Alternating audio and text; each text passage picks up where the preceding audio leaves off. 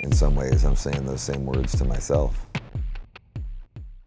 Well, the first song you said was "This Is the End."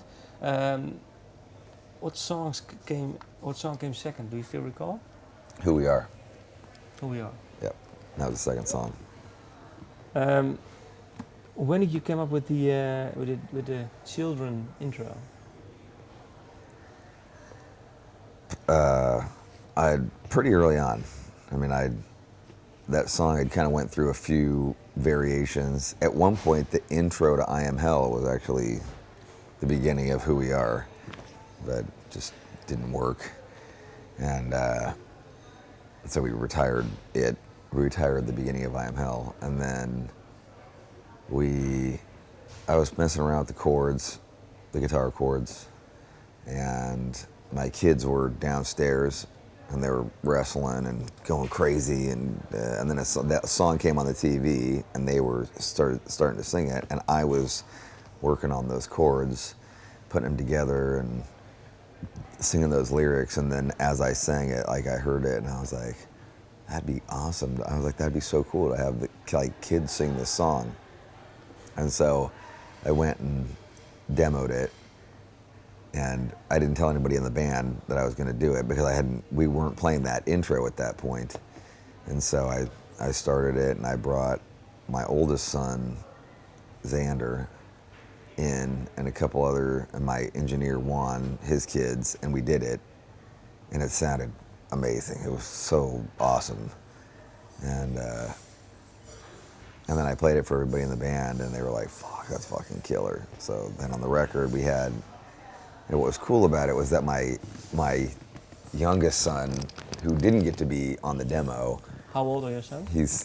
well, my oldest is 7 and my youngest is 4. My youngest son, Wyatt, would then be like, Dada, play Xander's song, And so he got into it, which was awesome because, my kids never like any Machine Head songs, and so they finally liked a song, and I was like, "Fuck, this is awesome!" They finally like a song, and I would try and sneak in songs, because they liked heavy they liked heavy music. Yeah. They loved System of a Down and Green Day and Avenged Sevenfold, so I'd try and sneak in a Machine Head song, and I'd be like, "What do you think of that, guys?" They'd be like, "It's okay," and I'm like, and then finally, they sing on the song and they're like, yeah, that song's awesome. And then, because the first 2 songs that we demoed were "This Is the End" and "Who We Are," and so then they got into "Who We Are." They got into "Who We Are," but then they got into "This Is the End" too, which is a pretty fucking brutal song for kids to be into.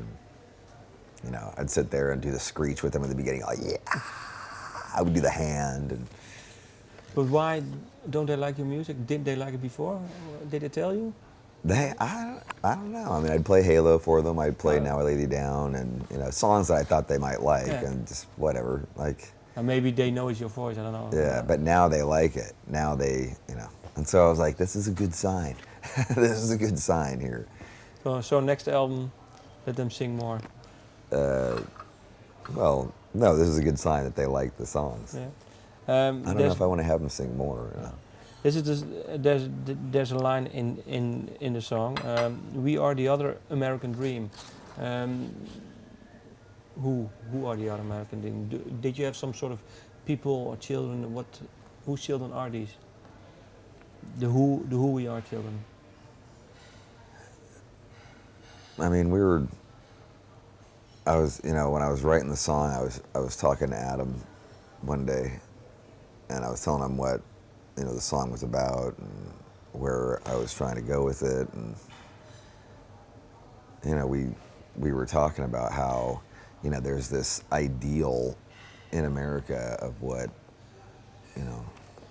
the way things are, and how we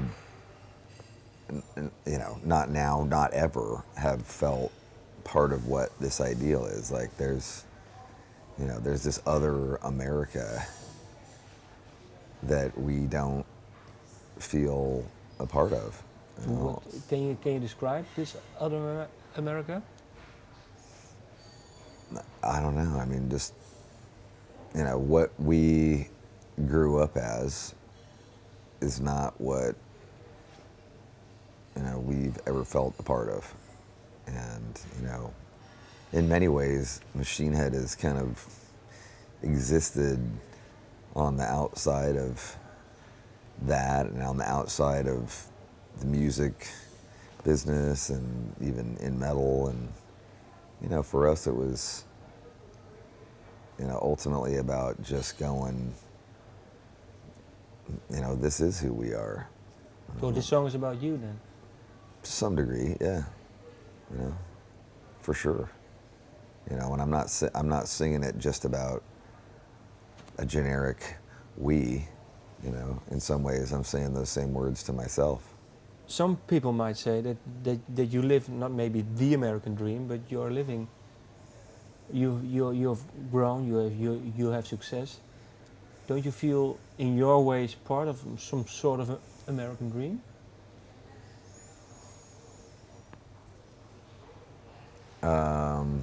I think we've carved that niche, yeah. But I don't know if being a rock and roll heavy metaler is part of the. I don't know if that's what our forefathers had in mind, but yeah, I mean we're doing great and No, but I we've mean, done our own thing, but we kind of we've done it in a very different way. no, but I mean, if you look at the American dream, it's to start with nothing and then making it, Yep. and that's what you've done. Sure. If you know what I mean. But you are meaning the classical American dream, suburb-wise and stuff like that. That's what you mean. Yeah, I mean, we got banned from playing certain shows. Had our lyrics come under heavy scrutiny, and so there's definitely been a consequence to the things that we stand for. So it's not without its struggles, and it's not without its fight. And I don't know if I don't feel like the music we play is even completely accepted in America or accepted anywhere in the world. I mean, the Grammys just they just canceled the metal